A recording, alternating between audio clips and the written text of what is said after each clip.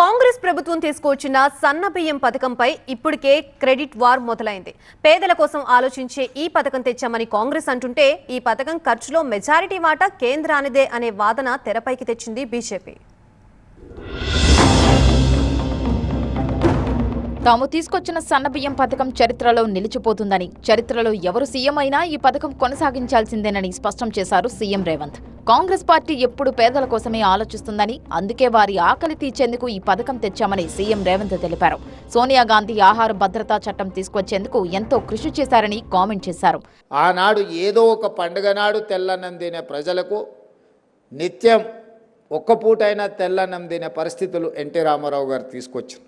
ఆ తర్వాత శ్రీమతి సోనియా గాంధీ గారు ఫుడ్ సెక్యూరిటీ ఆహార భద్రత చట్టం తీసుకొచ్చి ప్రతి పేదవాడికి 3 పూటల భోజనం ఉండాలి అని భారతదేశంలోనే మొట్టమొదటిసారి ఫుడ్ సెక్యూరిటీ యాక్ట్ తీసుకొచ్చి పేదవాడికి ఆహార భద్రత చట్టాన్ని శ్రీమతి సోనియా గాంధీ గారు తీసుకొచ్చారు.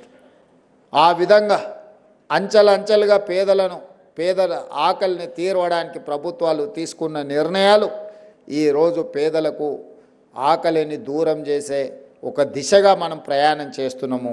అయితే రాష్ట్ర ప్రభుత్వం ప్రారంభించిన సన్నబియ్యం పథకంలోనే మెజార్టీ ఖర్చు భరిస్తోంది కేంద్రమే అన్నారు కేంద్ర మంత్రి బండి సంజయ్. ఒక్కో కిలోకు 40 రూపాయలు కేంద్రం చెల్లిస్తోందన్నారు. సన్నబియ్యం వల్ల రాష్ట్ర ప్రభుత్వంపై కిలోకు పడే భారం 10 రూపాయలు మాత్రమేనన్నారు. రేషన్ షాపుల్లో కనీసం మోదీ ఫోటో కూడా పెట్టడం లేదన్నారు. పేదల ఆకలి తీర్చేందుకు కేంద్రం ఎంత ఖర్చు చేస్తోంది, రాష్ట్రం ఎంత ఇస్తోంది అనే విషయాన్ని ప్రజలు గమనించాలని కోరారు. ప్రజలు ఆలోచించాలి. మీకు ఇచ్చే ఒక్కొక్క కిలో బియ్యానికి 40 రూపాయలు కేంద్ర ప్రభుత్వం ఖర్చు చేస్తున్నది. మీకు ఇచ్చే బియ్యం కేంద్రం ఇస్తున్నది, రాష్ట్రం ఇస్తలేదు. రాష్ట్ర ప్రభుత్వం సన్న బియ్యం పేరుతో కేవలం 10 రూపాయలు మాత్రమే ఖర్చు పెడుతున్నది. 40 రూపాయలు ఇచ్చాడు గొప్పోడా, 10 రూపాయలు ఇచ్చాడు గొప్పోడా? 40 రూపాయలు ఇచ్చేవాళ్ళలో ఫోటో పెట్టుకుంటారా, 10 రూపాయలు ఇచ్చేవాళ్ళలో ఫోటో పెట్టుకుంటారా? ఫోటోల కోసం కాదు కొట్టాడా, కానీ ఎందుకు పెడతలేరు? పేదలకు బియ్యం పంపిణీ సహా ఇప్పుడు సన్నబియ్యం పంపిణీ వరకు అన్ని పథకాలు కాంగ్రెస్ హయాంలోనే మొదలయ్యాయని కాంగ్రెస్ చెబుతుంటే ఈ పథకం అమలు కోసం కేంద్రమే ఎక్కువ ఖర్చు చేస్తోందని బీజేపీ అప్పుడే కౌంటర్ ఇవ్వడం స్టార్ట్ చేసింది. దీంతో రాబోయే రోజుల్లో ఈ అంశంపై 2 పార్టీల మధ్య మరింతగా మాటల యుద్ధం కొనసాగే అవకాశం ఉందనే చర్చ మొదలైంది.